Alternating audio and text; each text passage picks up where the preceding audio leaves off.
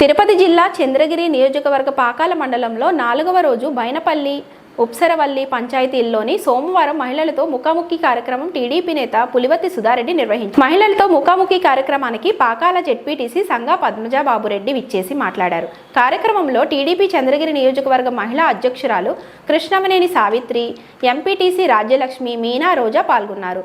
మహిళలతో ముఖాముఖి కార్యక్రమానికి విచ్చేసిన టీడీపీ మహిళా నేత పులివర్తి సుధారెడ్డికి మహిళలు మంగళహారతులు పట్టి ఘన స్వాగతం పలికారు. ఎన్నికల సమయంలో ఇచ్చిన హామీలు నెరవేర్చడమే కాక పంచాయతీలో ఉన్న సమస్యలను అడిగి తెలుసుకొని తక్షణమే పరిష్కరించే విధంగా స్థానిక నేతలు, అధికారులు చర్యలు చేపట్టామని సూచించారు.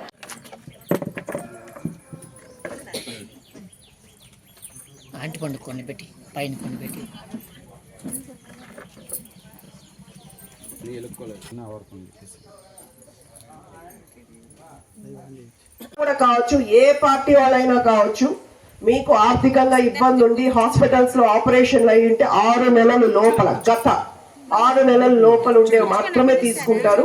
మీరు ఆ బిల్స్ ఏమైనా పెద్ద ఉంటే తీసుకుని రండి, ఇస్తారు. ఒకవేళ 2 సంవత్సరాలు 5 సంవత్సరాల ముందు ఉంటే ఇవ్వరు. చెప్పండి. చేసేది కాదు, రాష్ట్రం అంతా ఒక డేట్ ఇస్తారు, ఇక్కడిక్కడ ఉందని అన్ని సర్వే చేసి గ్యాదర్ చేస్తూ ఉన్నారు, ఇస్తారు.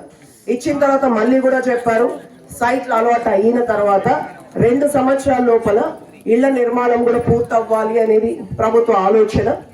ఆచరణలోకి వస్తాయి, ఆచరణలో ఖచ్చితంగా వస్తుంది.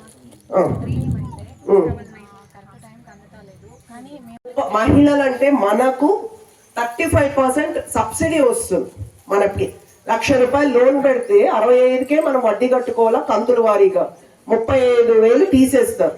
సో పాడి పశువులకి మీకు లోన్ ఇచ్చే ఒక స్కీమ్ కూడా ఉంది. దాన్ని అందుకే అడుగుతున్నా, మీరు ఏది ఉపయోగించుకోలేదు ఏంటన్నదే నేను అడుగుతున్నది. మీరు అప్లై చేయండి. సిసి గారు, మీరు అప్డేట్ బ్యాంకర్ని మీరే కలవాలి. నాకు తెలిసి వీళ్ళందరూ సకాలంలో అన్ని చెల్లించుకుంటూ ఉంటారు. ఏ చిన్నదైనా బ్యాంకర్ నుంచి వస్తే ఇక్కడ ఇన్ఫార్మ్ చేయండి, అంతే కదా. మీరు నోట్ చేసుకోండి. కాదు, ఈమె గురించి నేను మాట్లాడుతున్నా, ఈ పెద్ద ఆమె గురించి. ఈ ఊర్లోనే మీరు ఉంటారా? ఈమె గురించి మీకు తెలుసా? మరి అప్లై చేసి ఉండాలి కదా. ఇప్పుడు వస్తే నేనేం చేస్తా?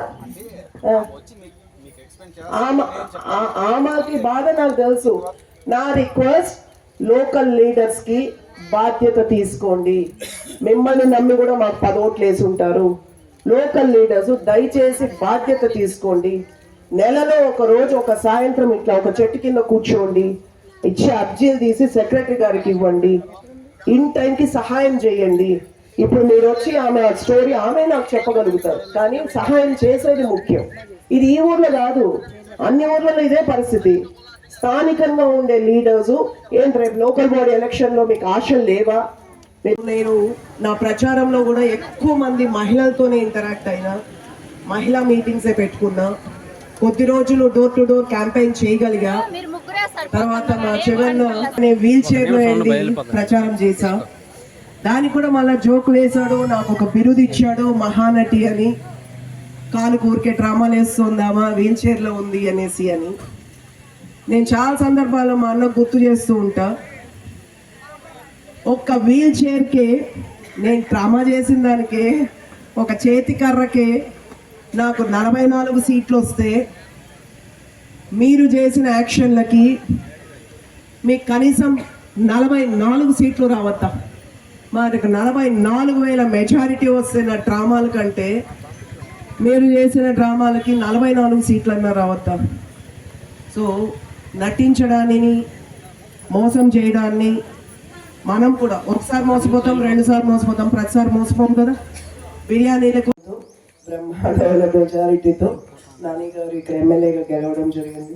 సో ఇక్కడ ఉన్న ప్రతి ఒక్కరికి మనస్ఫూర్తిగా నా కృతజ్ఞతలు తెలియజేసుకుంటున్నాను. సో గెలిచిన తర్వాత కొన్ని పనులు చేసి మళ్ళీ పంచాయతీలకి అందరినీ పర్సనల్గా కలవాలి.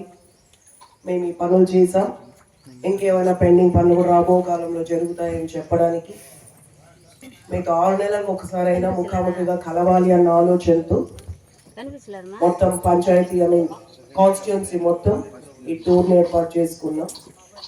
మీకు ఏమైనా ఇవ్వలేదు, మీ కంప్లైంట్ వాళ్ళు తీసుకోలేదు అన్నప్పుడు మనం అప్పుడు యాక్షన్ తీసుకుంటాం. ఎమ్మెల్యే గారి దృష్టికి తీసుకెళ్తాం, కలెక్టర్ గారికి తీసుకెళ్తాం, అప్పుడు వాళ్ళ మీద యాక్షన్ తీసుకోవచ్చు. ఓకేనా? ఇంకా ముఖ్యంగా నేను ఇక్కడ కలవడం మహిళలతోనే కలవాలని చెప్పా. నాకు మహిళలతోనే ఇంటరాక్షన్ ఉండాలి, వాళ్ళ కోసమే నేను వర్క్ చేయాలని ఎలక్షన్ ముందు నుంచి నేను ప్రతి మీటింగ్లో చెప్తూ, ఇక్కడ చిటుకుమన్నా పైన చేరుతోంది, కంప్లైంట్స్ రిసీవ్ చేసుకుంటున్నారు, వాటికి స్పందిస్తూ ఉన్నారు. ఇంకా మహిళల విషయానికి వచ్చేపాటికి సెల్ఫ్ హెల్ప్ గ్రూప్స్ అంటే డ్వాక్రా అనేది ఎప్పుడో స్థాపించారు 20 సంవత్సరాల ముందు. ఆ రోజుటికి ఈ రోజుటికి మనం గమనిస్తున్నది మైక్రో ఫైనాన్స్ మాత్రం తీసుకుంటున్నాం. 1,00,000, 2 లక్షలు తీసుకోవడం, వడ్డీలకి దాన్ని ఇంటికి ఖర్చు పెట్టుకోవడం, మళ్ళీ వడ్డీలు వేసి బ్యాంకుల్లో కట్టుకోవడం. అలా కాకుండా ఇక్కడ అన్ని సున్నాలే కనిపిస్తుంది. ఉన్నతి కావచ్చు, జాబ్స్ కావచ్చు, శ్రీనిధి చాలా తక్కువ. అలా ఇది కాకుండా మనం గ్రూపుల్లో ఈ తీసుకునే చిన్న లోన్స్ కాకుండా వేరే లోన్ సదుపాయం కూడా ఉంది అని మనకు అవగాహన ఉందా? మీరు దాన్ని ఎవరైనా ఉపయోగించుకుంటున్నారా? ఎందుకని? అవసరం లేకుండా ఉపయోగించుకోకపోవడం మంచిదే. మీకు అవగాహనే లేదు అంటే అవగాహన కల్పించాలన్నది మన ఆలోచన. మీకు అన్నీ ఉందా? శ్రీనిధి కానీ, ఎంఎస్ఎంఈ కానీ, ఓఎన్డీసీ కానీ, అంటే ఇన్సూరెన్స్, బిఎంఐ. శ్మశానానికి దారి లేదు, నడుచుకొని పోయే దారి లేదంటే ఒక ఇంటికి సమస్య కాదది, ఒక పల్లెకి, ఒక కాలనీకి సంబంధించిన సమస్య అది. సో అలాంటప్పుడు మనకి ఇంత అవకాశం వచ్చింది కదా రెవెన్యూ సదస్సులు అన్నది. మీరు అక్కడ అందరూ కలిసి, నేను ఒక్కదాన్నే కాదు కదా, నాకు శ్మశానం లేదంటే అక్కడ 10 ఇండ్లో, 20 ఇండ్లో, 30 ఇండ్లో ఉండుంటాయి. అందరూ కలిసి రెవెన్యూ సదస్సులో కంప్లైంట్ ఎందుకు చేయలేదమ్మా అంటే మాకు తెలియదు అంటున్నారు. తెలియకుండా పోయే ప్రసక్తి లేదు. చేతిలో ఫోన్ ఉంది. ఈరోజు నేను ఎలా ఇక్కడ మీటింగ్ వస్తున్నానని తెలిసి వాళ్ళు వచ్చారో అలా రెవెన్యూ సదస్సులు అనేది 2 నెలలుగా చేశారు. సో మీరు అలాంటి అవకాశాలు ఉపయోగించుకోవాలి అని నేను మనవి చేస్తున్నా. ఒక ఫ్యామిలీ సర్టిఫికేట్, ఒక డెత్ సర్టిఫికేట్, ఒక బర్త్ సర్టిఫికేట్, ఒక ఆధార్ కార్డు, ఒక వ్యక్తిని ఐడెంటిటీని ఎలా గుర్తిస్తారో అలాగే ఒక సమస్యకి ఒక కంప్లైంట్ అన్నది చాలా ముఖ్యం. ఒక పోలీస్ స్టేషన్ కూడా పోతే మనం ఎఫ్ఐఆర్ చేస్తాం, చేయలేదని గొడవ పెడతాం పోలీసుల మీద, ఎందుకంటే అది మన హక్కు. మళ్ళీ విచారణ చేసిన తర్వాత మీది తప్ప నాది తప్ప అని తేల్చుకోవడం తర్వాత సంగతి. కానీ మీరు కంప్లైంటే ఇవ్వకుండా మాకు ఆ సమస్య తీరలేదంటే సమస్య మన చేతుల్లో ఉండదు కదా. ఇక్కడ కూర్చుని ఎమ్మెల్యే గారైనా ఇంకా చేసి సద్వినియోగపరచుకోండి. మనం రూలింగ్లో ఉన్నాం కదా, ఎమ్మెల్యే గారు చెప్తే వినరా అంటే వినరు, ఎవరు వినరు. లాస్ట్ 5 సంవత్సరాల్లో తెగింపు అనేది ఇంకా బాగా అలవాటు అయిపోయింది అందరికీ. ఎంతకైనా తెగిస్తున్నారు, ఒక అడుగు భూమి కోసం ఎంతకైనా తెగిస్తున్నారు.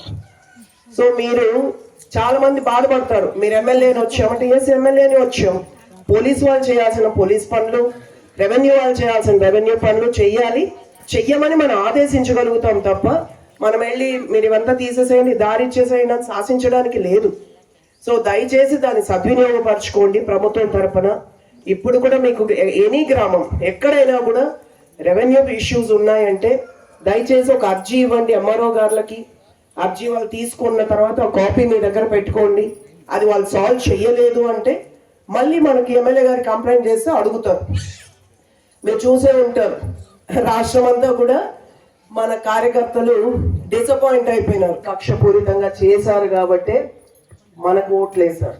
సో అందుకనే పెద్ద అయినా రూల్స్ ప్రకారం వెళ్ళండి అంటారు. మనకు నచ్చకపోయినా మనం దాన్ని పాటించాలి. నేను మీ అందరికీ మనవి చేస్తున్నది కూడా, ఒకసారి ఒక కంప్లైంట్ ఇవ్వండి, అది రిజిస్టర్ అయిన తర్వాత దాని